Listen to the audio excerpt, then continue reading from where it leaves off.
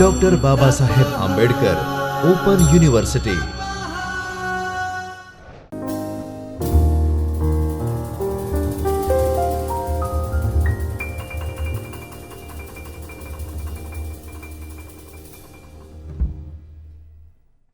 નમસ્કાર વિદ્યાર્થી મિત્રો, ડૉક્ટર બાબા સાહેબ આંબેડકર ઓપન યુનિવર્સિટીના ચૈતન્ય સ્ટુડિયોમાં હું ડૉક્ટર સોનલ ઇતિહાસ વિષયના આજના આ લેક્ચરમાં આપ સર્વેનું હાર્દિક સ્વાગત કરું છું. ઇતિહાસમાં આપણે રોજ એક નવા ટૉપિક સાથે અભ્યાસ કરીએ છીએ. એ પછી ભારતનો ઇતિહાસ હોય કે ગુજરાતનો ઇતિહાસ હોય, એ મહામૂલી સંસ્કૃતિ, એ મહામૂલો ઇતિહાસ આપણે એક નવા ટોપિક સાથે જાણીએ છીએ. આજે આપણે એવા જ એક ટોપિક કે જે આપણી સંસ્કૃતિ, આપણા વારસા માટે આપણને ગૌરવ અપાવે, એવા એક ટોપિક ઉપર વાત કરીશું. મિત્રો, આપણને સૌને ખબર છે કે ગુજરાતના ઇતિહાસની જ્યારે વાત કરતા હોઈએ, આજે આપણે ગુજરાતના ઇતિહાસ વિશે જાણીશું મિત્રો. અને ગુજરાતનો જે ઇતિહાસ છે એ પ્રથમ વર્ષમાં અભ્યાસ કરતા, 2020માં જેમને એડમિશન લીધેલું છે એવા પ્રથમ વર્ષમાં અભ્યાસ કરતા વિદ્યાર્થીઓને HISM કે HISS એટલે કે મુખ્ય અને ગૌણ, આમાં પેપર 2 તરીકે આ ગુજરાતનો ઇતિહાસ ભણવામાં આવે છે. અને આ ગુજરાતના ઇતિહાસમાં ખૂબ મહત્વના ટોપિક, જ્યારે ગુજરાતનો ઇતિહાસ વાત કરતા હોઈએ મિત્રો, ત્યારે આપણને સૌને ખબર છે કે સોલંકી જે કાળ છે અને વાઘેલા જે યુગ છે, સોલંકી અને વાઘેલા યુગ, આ બંને કેટલાય ઇતિહાસના સાહિત્યિક સ્ત્રોતોમાં એને સુવર્ણ યુગ કે સુવર્ણ કાળ તરીકે આલેખવામાં આવ્યો છે. આપણે સૌ જાણીએ છીએ કે ભારતના ઇતિહાસની વાત કરતા હોઈએ ત્યારે આપણે ગુપ્ત યુગને સુવર્ણ યુગ તરીકે ઓળખતા હોઈએ છીએ, કારણ કે એ સમયમાં ભારતની સાંસ્કૃતિક, રાજકીય તો ખરી જ કે રાજકીય પ્રગતિ તો થયેલી જ હતી, પણ રાજકીયની સાથે સાથે સાંસ્કૃતિક, સામાજિક, લોકો સામાજિક ઉન્નતિ તરફ હતા. એમને આર્થિક ક્ષેત્રે પ્રગતિ થયેલી હતી. શિલ્પ, કલા, સ્થાપત્ય, સાહિત્ય, આવા અલગ અલગ ક્ષેત્રોમાં લોકો ઉન્નતિના ક્ષેત્રે હતા. એ જ રીતે ગુજરાતના ઇતિહાસમાં પણ આજે સોલંકી અને વાઘેલા યુગ છે, એને કેટલાય ઇતિહાસકારોએ પોતાના સાહિત્યિક સ્ત્રોતોમાં સુવર્ણ યુગ તરીકે આલેખ્યો છે. સોલંકી યુગની વાત કરતા હોઈએ ત્યારથી જ આપણને ભીમદેવ, સિદ્ધરાજ જયસિંહ, કુમારપાળ જેવા યશસ્વી રાજવીઓની સાથે સાથે વાઘેલા યુગમાં પણ વસ્તુપાળ અને તેજપાળ જેવા વણિક બંધુઓએ પોતાના આપ બળે, પોતાની બુદ્ધિ પ્રતિભાથી આગળ વધી અને ગુજરાતને એક ઊંચાઈ ઉપર લઈ ગયા, ગુજરાતનું નામ રોશન કર્યું. રાજકીયની સાથે સાથે આ સમયમાં સાંસ્કૃતિક, સામાજિક, ધાર્મિક ક્ષેત્રે ખૂબ જ સ્વતંત્ર રીતે એમનો નોંધપાત્ર ફાળો જોઈ શકાય છે. તો આ જે સોલંકી અને વાઘેલા યુગની જે સ્થિતિનો અભ્યાસ આપણે ગયા લેક્ચરમાં પણ કર્યો, તો ગયા લેક્ચરમાં આપણે સોલંકી અને વાઘેલા સમયની જે આર્થિક સ્થિતિ છે, આ આર્થિક સ્થિતિ વિશે ખૂબ જ વિગતેથી ચર્ચા કરી હતી. એમાં આપણે એ સમયની જે ખેતીવાડી, એ સમયના ઉદ્યોગ ધંધા અને વેપાર,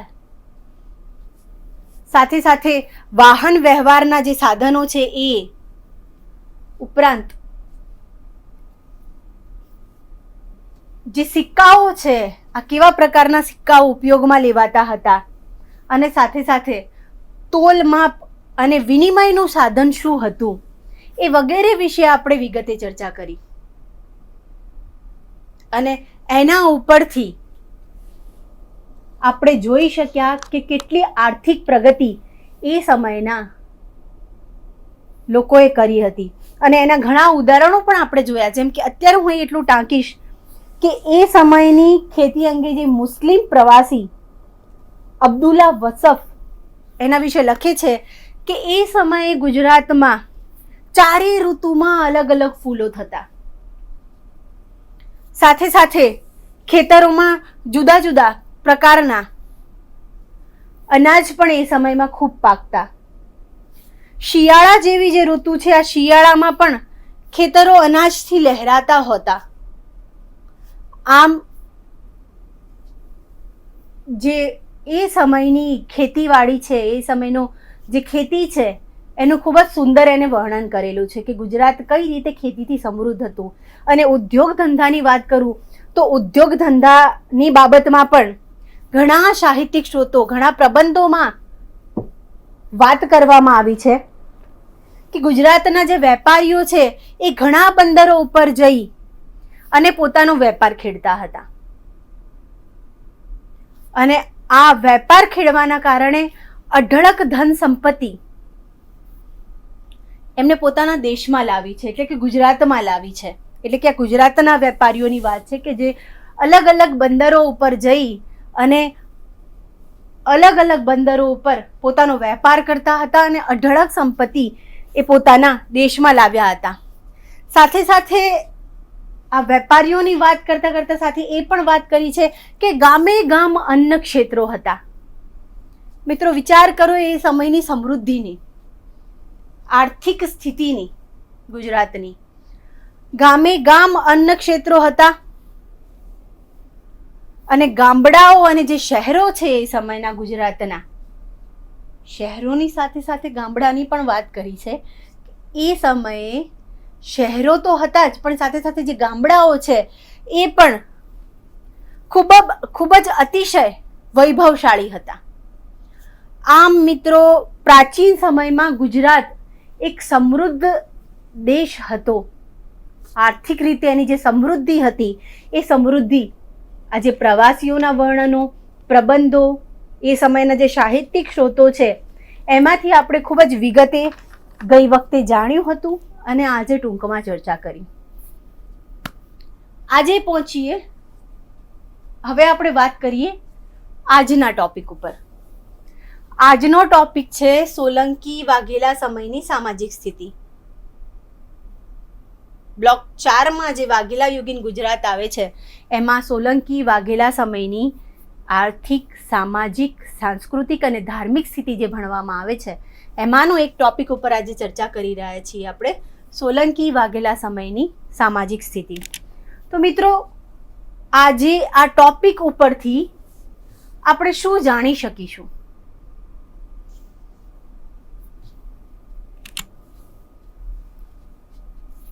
સામાજિક સ્થિતિની જ્યારે વાત કરતા હોઈએ મિત્રો, ત્યારે સૌ પ્રથમ ત્યાંની વર્ણ વ્યવસ્થા, ત્યાંની સમાજ વ્યવસ્થા, કેવા પ્રકારના વર્ણો હતા, કેવા પ્રકારની જ્ઞાતિઓ અને પેટા જ્ઞાતિઓ હતી, એ સૌ પ્રથમ પ્રશ્ન ઉદ્ભવે.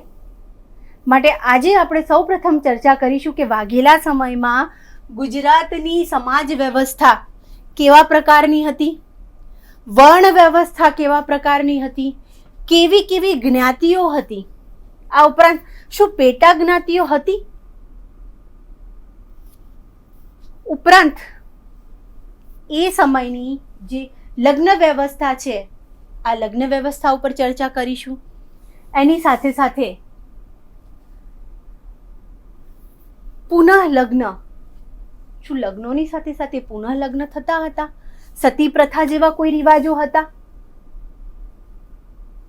ઉપરાંત આચાર વિચારના જે નિયમો છે એ આચાર વિચારના નિયમો અને જે નીતિમત્તાનું ધોરણ છે આ નીતિમત્તાના ધોરણ વિશે આપણે ચર્ચા કરીશું. સાથે સાથે આ બધાની સાથે આપણે એ પણ જોઈ શકીશું કે એ સમયમાં સ્ત્રીઓની સ્થિતિ કેવી હતી. આ બધા જ ચર્ચાઓની સાથે આપણે સ્ત્રીઓની સ્થિતિ વિશે અનુમાન મેળવી શકીશું. સાથે સાથે જે વર્ણ વ્યવસ્થામાં શૂદ્રોની સ્થિતિ કેવી હતી એના વિશે પણ અનુમાન મેળવી શકીશું. તો આવો મિત્રો આ વિષયને આપણે વિગતેથી સમજીએ. સામાજિક સ્થિતિમાં ઘણા બધા બીજા ટોપિક પણ બાકી રહેશે જે હવે પછીના લેક્ચરમાં આપણે કવર કરીશું. આટલા ટોપિક વિશે આજે વિગતે ચર્ચા કરીએ. સામાજિક સ્થિતિમાં સૌ પ્રથમ વાત કરીશું વર્ણ, વર્ગ અને જ્ઞાતિ. સમાજનું જ્યારે સામાજિક વાત કરતા હોઈએ, સમાજની સામાજિક સ્થિતિની વાત કરતા હોઈએ ત્યારે સૌ પ્રથમ એનું નિર્ભર છે એની વર્ણ, વર્ગ અને જ્ઞાતિ વ્યવસ્થા ઉપર. મિત્રો, એ સમયના અનેક સાધનો આપણને પ્રાપ્ત થયેલા છે કે જેમાંથી ઇતિહાસ જાણી શકાય છે. અનેક સાહિત્યો પ્રાપ્ત થયા છે, અનેક સ્થાપત્યો પ્રાપ્ત થયેલા છે, અનેક શિલ્પો પ્રાપ્ત થયા છે અને આ વગેરે ઉપરથી આપણે એ સમયનું જે સામાજિક સ્થિતિ છે, આ સામાજિક સ્થિતિના એ વર્ણ વ્યવસ્થા હોય કે પછી એ સમયના અલંકારો હોય કે પોશાક હોય કે એ સમયના લગ્ન પ્રથા હોય, આ વગેરે વિશે આપણે માહિતી મેળવી શકીએ છીએ. મિત્રો, પ્રાચીન સમયની જે વર્ણ વ્યવસ્થા હતી કે જે ભારતના અન્ય ભાગોની જેમ ગુજરાતમાં પણ નામ માત્રની રહી હતી. અનેક વર્ણોમાંથી અનેક જ્ઞાતિઓ, અનેક પેટા જ્ઞાતિઓ ઉદ્ભવેલ હતી. જેમ કે વાત કરીએ તો બ્રાહ્મણ, જે ચાર વર્ણ વ્યવસ્થામાં જે ચાર ભાગ હોય છે એમાં સૌ પ્રથમ વાત કરું તો બ્રાહ્મણની વાત કરું તો બ્રાહ્મણમાં પણ નાગર, ઔદિચ્ય, મોઢ આવી અલગ અલગ પ્રકારની જ્ઞાતિઓનો નિર્દેશ એ સમયના સાહિત્યિક સ્ત્રોતમાં કરેલો છે. એમાંય આજે બ્રાહ્મણમાં નાગર, ઔદિચ્ય અને મોઢ છે, એમાંય પણ નાગર જ્ઞાતિમાં પણ અનેક પેટા જ્ઞાતિ કે અનેક પ્રકારના પેટા વિભાગોના નામ આપણને એ સમયના સાહિત્યિક સ્ત્રોતમાંથી જાણી શકીએ છીએ. બ્રાહ્મણોની સાથે વાત કરું ક્ષત્રિયોની તો ક્ષત્રિયો અને જે રાજકુલો છે, આ ક્ષત્રિયો અને રાજકુલોમાં પણ ચૌલુક્યો એટલે કે સોલંકીઓ, ચાહમન એટલે કે ચૌહાણ, પરમાર, કાઠી, ચુડાસમા, ગુહિલ, મહેર એટલે કે મેર આવી અલગ અલગ પ્રકારની વર્ણોનો ઉલ્લેખ એ સમયના સાહિત્યિક સ્ત્રોતમાં કરેલો છે. વૈશ્યોમાં પ્રગવટ એટલે કે પોરવાડ અને શિમાળી જ્ઞાતિઓ નો ઉલ્લેખ એ સમયના જે સ્ત્રોતો છે એમાં મહત્વની આ બે જ્ઞાતિઓ હોય એવો ઉલ્લેખ કરેલો છે. સાથે સાથે આ સમયમાં ગુજરાતમાં જે જૈનોની વસ્તી છે એ જૈનોની વસ્તીમાં થયેલ વધારો એક નોંધપાત્ર બાબત છે. અને આ જૈનોમાં પણ જે વણિક નામની કે જે વાણિયા નામની વણિક જ્ઞાતિ છે, આ વણિક જ્ઞાતિ ઊભી થઈ હતી કે આ વણિક જ્ઞાતિ છે જેનો રાજકીય અને સાથે સાથે જે ધંધાકીય છે, આ ધંધાકીય બંને બાબત ઉપર એમનું મહત્વનું સ્થાન દર્શાવે છે.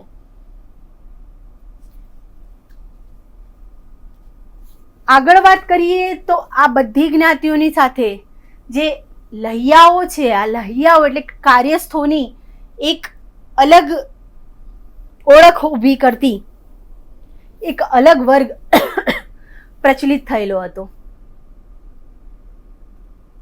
આ ઉપરાંત ક્ષુદ્રોની પણ અલગ અલગ જ્ઞાતિઓનો ઉલ્લેખ આ સમયના સાહિત્યિક સ્ત્રોતોમાં જોવા મળે છે. ખેડૂત, સુથાર, કડિયા, મર, કુંભાર વગેરે મુખ્ય વર્ગો આ સમયમાં અસ્તિત્વમાં આવેલા હતા. સામાજિક તથા વ્યવહારમાં મોટા પ્રમાણમાં મિત્રો જ્ઞાતિભેદ જોઈ શકીએ છીએ. એક મોટા પ્રમાણમાં આ સમયમાં જ્ઞાતિભેદ, ઊંચ નીચના ભેદભાવો વગેરે એ આ સમયના સાહિત્યિક સ્ત્રોતોમાંથી આપણને જોવા મળે છે. જેમ કે હું વાત કરું તો દયાશ્રય નામનું જે મહાન ગ્રંથ છે, આ દયાશ્રય નામના મહાન ગ્રંથમાં જે વર્ણનો કરવામાં આવે છે, વર્ણન પ્રમાણે જે ચાંડાલ નામની જ્ઞાતિ છે એના એક મહત્વનું વર્ણનની હું વાત કરીશ. જે ચાંડાલો છે, આ ચાંડાલોનો જે વાસ છે એ ગામની બહાર, એમનું જે રહેઠાણું છે એ રહેઠાણું ગામની બહાર હોતા. એમને જ્યારે એટલે કે ગામમાં પ્રવેશ કરવાનો હોય, આ ચાંડાલો જે ગામની બહાર રહેતા હતા, જેમને અસ્પૃશ્ય ગણવામાં આવતા હતા, એમને જ્યારે ગામમાં પ્રવેશ કરવાનો હોય ત્યારે એમને પોતાની એક અલગ પ્રકારની ઓળખ કે અલગ પ્રકારના ચિહ્નો આપવા પડતા હતા. અને અમુક ચિહ્નો આપ્યા બાદ એમને ગામમાં પ્રવેશ મળતો. એ લોકો જે કામ કરતા એ સાફ સફાઈનું કામ, ચામડા કાપવાનું કામ અને સાથે સાથે અપરાધીઓના વધ કરવાનું જે કાર્ય છે, આવા કાર્ય સાથે આ ચાંડાલો જોડાયેલા હતા. આમ મિત્રો, જે ઊંચ નીચના ભેદભાવો છે, આ જે સામાજિક વ્યવહારમાં જે જ્ઞાતિ ભેદ છે એ આ દયાશ્રયના આ ચાંડાલો સાથે થતા વ્યવહાર ઉપરથી આપણે જોઈ શકીએ છીએ. આ સિવાય દયાશ્રયમાં આંભીર, કિરાત, ધીવાર, ચાંદાલ, ચીન, બર્બર, જાંગલ, નિષાદ, ભીલ, મલેચ્છ, તુરુષ્ક, યવન, શક, શબર, હુણ, ટક્ક, માહે અને ખાસ બીજી જાતિઓનો પણ ઉલ્લેખ કરવામાં આવેલ છે. આ ઉપરાંત સ્મૃતિ ગ્રંથોમાં અને બીજા અનેક પ્રાચીન ગ્રંથોમાં જે ચાતુર્વર્ણ્યની વ્યવસ્થા, ચાતુર્વર્ણ્યની જે વ્યવસ્થા વાત કરેલ છે, આ ચાતુર્વર્ણ્યની વ્યવસ્થા અગાઉની જેમ આ કાળમાં પણ એકંદરે પ્રચલિત હતી, પરંતુ આની સાથે બહુ મોટા ફેરફારો જ્ઞાતિભેદમાં આવેલ ઊંચ નીચ જ્ઞાતિભેદમાંની સાથે સાથે જે ઊંચ નીચના ભેદભાવો છે એ આપણે આ સમયની વર્ણ, વર્ગ અને જ્ઞાતિ વ્યવસ્થામાં જોઈ શકીએ છીએ. નેક્સ્ટ વાત કરીએ લગ્ન, પુનર્જન્મ અને સતી પ્રથાની. મિત્રો, આ યુગમાં લગ્નની પહેલા વાત કરીએ અને લગ્નની ઉંમરની વાત કરીએ તો આ સમયે લગ્નની ઉંમર ખૂબ જ નાની, એટલે કે નાની વયે આ સમયે લગ્ન થતા હતા. અને એમાંય ખાસ વડીલોની સંમતિથી કે વડીલોની પસંદગીથી આ લગ્નો ગોઠવાતા હતા. એટલે સ્વપસંદગીનો બહુ ઓછો અવકાશ હતો. બહુપત્નીની વાત કરીએ મિત્રો તો આ સમયમાં 2 થી 4 પત્નીઓ રાખવાનો રિવાજ, આ સમયમાં આ રિવાજ એ પ્રચલિત થયેલો હતો. સાથે સાથે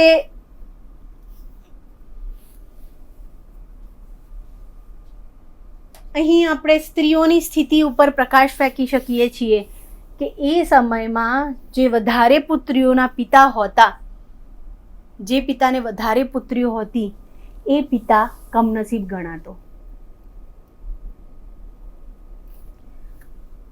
લગ્ન વ્યવસ્થાની વાત કરીએ તો લગ્ન વ્યવસ્થા કેવા પ્રકારની હતી? તો મિત્રો, ઘણા ગ્રંથોમાં ઉલ્લેખ પ્રમાણે અને એમાંય ખાસ દયાશ્રયમાં જે લગ્ન પ્રથાના વિસ્તારથી વર્ણન કરેલું છે, આ વિસ્તારથી જે વર્ણન કર્યા પ્રમાણે હાલના સમય જેવી જ લગ્નના રિવાજો અને પ્રથાઓ હતી. એના જે વર્ણનો છે એ પ્રમાણે એ સમયે પણ વર અને અણવરની મશ્કરી કરતા જે ગીતો છે, આ ગીતો એ સમયમાં રચાતા હતા ને ગવાતા હતા. આમ લગ્ન વ્યવસ્થા ક્યાંક ઘણી બધી અત્યારના સમયમાં મળતી આવતી હતી. આગળ વાત કરીએ પુનઃવિવાહની.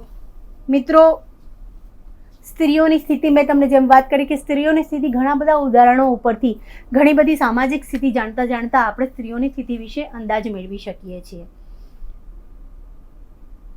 પુનઃવિવાહ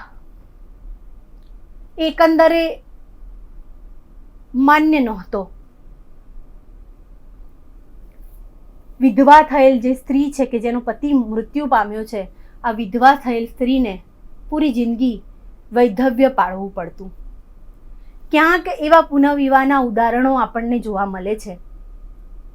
પુનઃવિવાહ પરંતુ બહુ ઓછું પુનઃવિવાહને મહત્વમાં આપવામાં આવતું. ઘણા બધા જે ઉદાહરણો જોવા મળે છે એમાં અહીં એક બે ઉદાહરણની હું વાત કરીશ.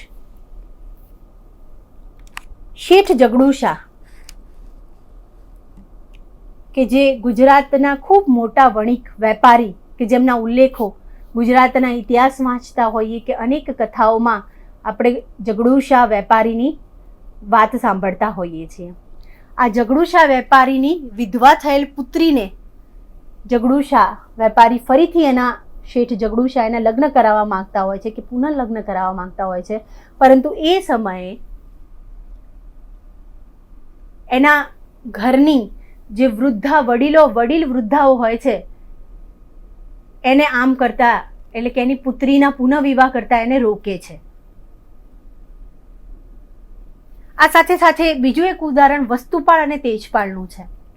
વસ્તુપાળ અને તેજપાળની જે માતા છે, આ માતા કુમાર દેવીએ અશ્વરાજ સાથે પુનઃલગ્ન કર્યાના ઉલ્લેખો એ આપણને એ સમયના સાધનોમાંથી જાણી શકીએ છીએ.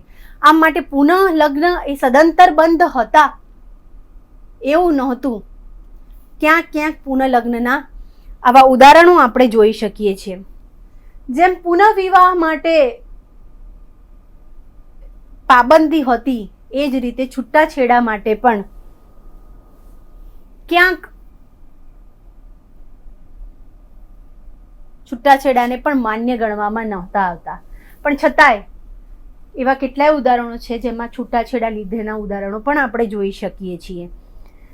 છૂટાછેડા માટે ખાસ મિત્રો એક રાજ્ય તરફથી અનુજ્ઞાપત્ર એટલે કે ઢૌન પત્ર મેળવવાનું રહેતું.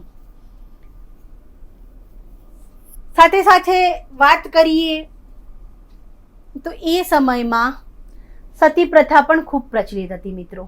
અનેક સાહિત્યિક સાધનોમાં સતી પ્રથાના રિવાજની વાત કરેલી છે. જુનાગઢના રા નવઘાણના જે પત્ની રાણક દેવી છે, આ રાણક દેવી વિધવા થયા બાદ આ વિધવા રાણક દેવી એ વઢવાણ પાસે ભોગાવો નદીના કિનારે સતી થવાના ઉલ્લેખો પ્રાપ્ત થાય છે. એ જ રીતે યુદ્ધમાં વીરગતિ પામતા યોદ્ધાઓની જે વિધવા સ્ત્રીઓ છે, આ વિધવા સ્ત્રીઓ સતી થવાનો અને સતી થયા પછી એમના પાળિયા ઊભા કર્યાના કેટલાય પુરાવાઓ આપણને સાહિત્યિક અને પુરાતત્વીય સાધનોમાંથી જાણી શકીએ છીએ. આમ મિત્રો, લગ્ન, પુનઃલગ્ન અને સતી પ્રથા વિશે આપણે વિગતે ચર્ચા કરી. અત્યારે વાત કરીશું હવે આચાર, વિચાર અને નીતિમત્તાનું ધોરણ. જેમ આપણે લગ્ન પુનઃલગ્નમાં સ્ત્રીઓની સ્થિતિ જાણી શક્યા, એમ આચાર, વિચાર અને નીતિમત્તાના ધોરણમાં પણ એ સમયના પુરુષ અને સ્ત્રીઓની કેવી સ્થિતિ હતી અને ખાસ સ્ત્રીઓની સ્થિતિ વિશે આપણે અહીં દ્રષ્ટિબિંદુ કરીશું. મિત્રો, અગાઉ પણ વાત કરી કે બહુપત્ની પ્રથા એ સમયમાં પણ પ્રચલિત હતી. એટલે કે એક જે પુરુષ છે 2 થી 4 પત્ની રાખી શકતો હતો. એ અહીં વાત હું ફરીથી દોહરાઈશ કે એ સમયે બહુપત્ની પ્રથા પ્રચલિત હતી અને એના ઘણા બધા ઉદાહરણો આપણે જોઈ શકીએ છીએ. રાજાઓ અનેક રાણીઓ કરતા, સાથે સાથે ઉપપત્નીઓ પણ એ લોકો રાખતા અને આના ઘણા ઉદાહરણો આપણે સાહિત્યિક ગ્રંથોમાં જોઈએ છીએ. જેમ કે હું વાત કરું ભીમદેવ પહેલાની, તો ભીમદેવ પહેલાએ બકુલા નામની ગણિકા સાથે કે બકુલા નામની ગણિકાને પોતાના અંતઃપુરમાં રાખ્યા હોવાના કેટલાય ઉદાહરણો આપણને પ્રાપ્ત થાય છે, જેનાથી એને એક પુત્ર પણ પ્રાપ્તિ થયેલી હતી. સાથે સાથે કર્ણદેવ પહેલો કે જે કર્ણદેવ પહેલાને એક હલકા કુળની સ્ત્રી સાથે અનુરાગ કે પ્રેમ થયાના પણ નમૂના આપણને પ્રાપ્ત થાય છે. આમ બહુપત્ની પ્રથા એ સમયમાં જે ધનિક વર્ગ છે કે જે રાજવી વર્ગ છે એમાં આપણે જોઈ શકીએ છીએ. પતિવ્રતાની વાત કરીએ તો સ્ત્રી માટે એ સમયે જે નીતિમત્તાના જે ધોરણો નક્કી કરવામાં આવેલા છે, આ નીતિમત્તાના ધોરણોની વ્યાખ્યામાં સ્ત્રીને પતિવ્રતા કે પતિવ્રતા સ્ત્રી એ સન્માનીય ગણાતી. મિત્રો, નીતિમત્તાના ધોરણો જે છે એ દરેક સમયે બદલાતા રહેતા હોય છે, કે એની જે વ્યાખ્યા સમાજ કરતું હોય છે બદલાતું રહેતું હોય છે. અને એ સમયના જે નીતિમત્તાના ધોરણોની જે વ્યાખ્યા છે એ વ્યાખ્યામાં જે પતિવ્રતા સ્ત્રી હોય એ ખૂબ જ સન્માનીય હોતી. પરંતુ સાથે સાથે કેટલી સ્ત્રીઓના એ સમયની જે વ્યાખ્યામાં એ સમયની જે પતિવ્રતા સ્ત્રીઓની જે વ્યાખ્યા કરવામાં આવી છે આ વ્યાખ્યામાં કેટલી સ્ત્રીઓને શિથિલતા અને વ્યભિચારોના દ્રષ્ટાંતો સાથે આલેખવામાં આવેલી છે. જેમ કે વાત કરીએ લવણ પ્રસાદની જે પત્ની છે, આ પત્ની પોતાના પુત્ર હોવા છતાં પોતાના બનેવી કે જેનું ઘર ભાંગી ગયું છે આવા બનેવી સાથે ઘર માંડ્યાના પુરાવાઓ આપણને પ્રાપ્ત થાય છે. આગળ વાત કરીએ સામાજિક અનિષ્ટોની, તો કેવા કેવા પ્રકારના સામાજિક અનિષ્ટો હતા. મિત્રો, એ સમયમાં ગણિકા ગૃહો, દેવદાસી ગૃહો, જુગારખાના, સાથે સાથે મદિરા ગૃહો આ વગેરે એ સમયમાં સામાન્ય હતા. અને આ જે અનિષ્ટો છે આ અનિષ્ટોને રોકવા માટે કુમારપાળે એ સમયે કેટલાક પ્રતિબંધો મૂકેલા. એને ચોરી, વ્યભિચાર, જુગાર, માંસાહાર વગેરે, મદિરાપાન વગેરે ઉપર આ જે સામાજિક અનિષ્ટો છે આ સામાજિક અનિષ્ટો સામે કડક પગલાં લીધેલા હતા. પરંતુ હા, એ સમયમાં એને ગણિકા ગૃહો અને દેવદાસી ગૃહો તરફ ઉપેક્ષા સેવી હતી એવા કેટલાય ઉદાહરણો ઉપરથી જાણી શકીએ છીએ. આમ મિત્રો, મેં તમને વાત કરી કે ગણિકા ગૃહો, દેવદાસી ગૃહો, દેવદાસી જે વિભાગો છે એ પણ આપણે એ સમયના અનિષ્ટોમાં જોઈ શકીએ છીએ. મિત્રો, દેવદાસી પ્રથા એ સમયે પ્રચલિત હતી અને આ દેવદાસી પ્રથા જે છે એ દેવદાસીઓ મંદિરમાં કે મંદિરની પાસે બાજુમાં રહેતી અને લોકોને નૃત્ય અને સંગીત દ્વારા મનોરંજન કરતી હતી. સાથે સાથે આ નૃત્ય અને સંગીતના મનોરંજન કે દેવદાસીની આડમાં કેટલાય અનિષ્ટો ચાલતા હતા. દેવદાસી પ્રથાની જેમ દાસદાસી પ્રથા પણ એ સમયમાં ખૂબ પ્રચલિત હતી. મિત્રો, દાસીને જાહેરમાં વેચવામાં આવતી હતી. એના ખરીદારો જાહેરમાં એને ખરીદતા અને ખરીદેર માલિકને ત્યાં એને હલકાથી માંડી અને ખૂબ મહેનતવાળા બધા જ કામ કરવા પડતા હતા. બીજી મિત્રો, અહીં ખાસ એ વાત કરીશ કે નીતિમત્તાના ધોરણોમાં કે આચાર વિચારમાં જ્યારે વાત કરતા હોઈએ તો કુટુંબનો કોઈ સભ્યને કુટેવ હોય અથવા તો એ દુષ્કૃત્ય કરે છે તો એને એ સભ્યને ઘરમાંથી બહાર નીકાળી દેવામાં આવતો કે એને બહિષ્કૃત કરવામાં આવતો અને ઘરના કોઈ સભ્યો કે કુટુંબીજન એના સાથે કોઈ પણ પ્રકારનો વ્યવહાર રાખતા નહીં. આ સાથે સાથે મિલકતની વહેંચણી અને વારસાની વાત કરીએ તો એ સમયે મિલકતની વહેંચણી અને વારસાને લગતા કેટલાક નિયમો હતા અને આ નિયમોને અનુસરી અને એમાં વારસાગત જે વ્યવસ્થા છે એ ગોઠવવામાં આવેલી હતી અને એની માટે રીતસરના જે દસ્તાવેજો છે એ દસ્તાવેજો કરવામાં આવતા. આમ મિત્રો, આપણે આજના જે સામાજિક વ્યવસ્થાની વાત કરીએ, સામાજિક વ્યવસ્થામાં અમુક મુદ્દાઓ છે, વર્ણ વ્યવસ્થા, જ્ઞાતિ વ્યવસ્થા, સાથે સાથે આચાર વિચારના નિયમો, નીતિમત્તાનું ધોરણ, લગ્ન પ્રથા કેવી હતી, પુનઃલગ્ન થતા કે નહીં, એવા અલગ અલગ બિંદુઓ પર પ્રકાશ પાડી અને સામાજિક સ્થિતિ જાણી. હજી સામાજિક સ્થિતિમાં એ સમયનો ખોરાક પોશાક કેવો હતો, અલંકાર કેવા હતા, સુશોભન કેવા પ્રકારનું રહેતું, એ સમયમાં મનોરંજનના સાધનો કેવા હતા, એવા ઘણા બધા ટોપિક એ સામાજિક સ્થિતિમાં જાણવાના બાકી છે, જે આપણે હવે નવા સમયે આ આગળ રહી ગયેલા ટોપિકો ઉપર ચર્ચા કરીશું. અસ્તુ.